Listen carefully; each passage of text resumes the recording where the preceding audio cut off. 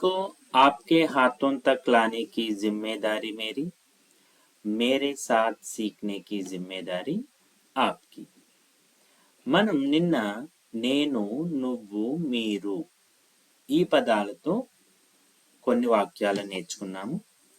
So వాటిని మనం ఉన్నాను కదా, నువ్వు ఉన్నావు కదా, మీరు ఉన్నారు కదా, ఈ నా యాడ్ చేయడం వల్ల వచ్చినటువంటి కొన్ని సెంటెన్సెస్ని మనం ఈరోజు నేర్చుకుందాం.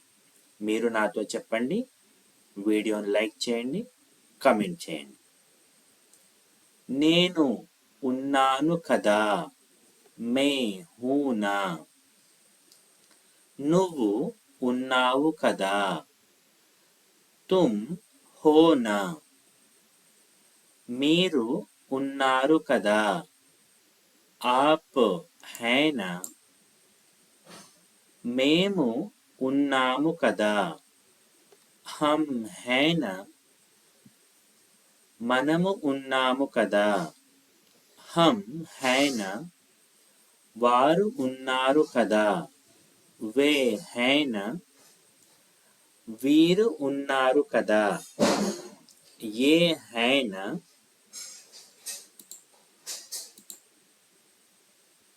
ఆమె ఉంది కదా, వహ హైనా. వాడు ఉన్నాడు కదా, వహ హైనా. అతను ఉన్నాడు కదా, వహ హైనా. వహ అనేది పర్సన్ కానీ థింగ్ కానీ మనకి దూరంగా ఉన్నప్పుడు ఉపయోగించేటువంటి పదం. ఈమె ఉంది కదా, యహ హైనా. వీడు ఉన్నాడు కదా, యహ హైనా. ఇతను ఉన్నాడు కదా, యహ హైనా. రాముడు ఉన్నాడు కదా, రామ్ హైనా. సీత ఉంది కదా, సీత హైనా. టీచర్ ఉన్నారు కదా, టీచర్ హైనా. వీటిని మనం నహి అని నెగటివ్ వర్డ్ పెట్టి వాక్యాలను ఎలా తయారు చేయాలో చూద్దాం. మై నహీ హూనా.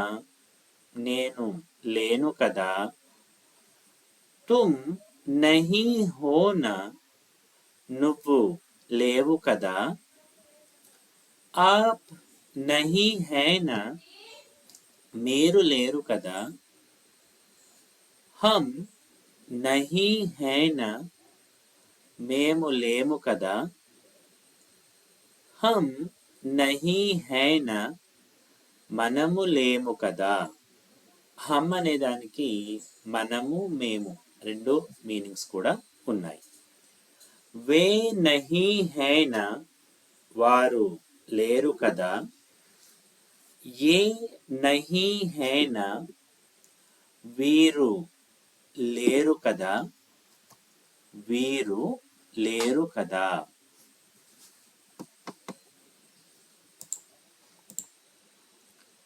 వహ నహీ హైనా. ఆమె లేదు కదా,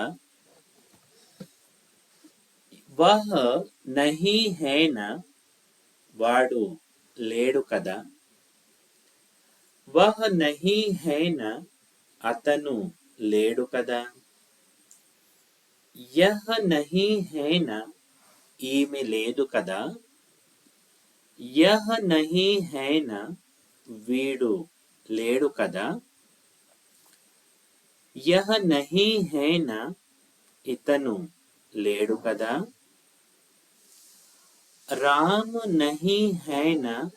రాముడు లేడు కదా,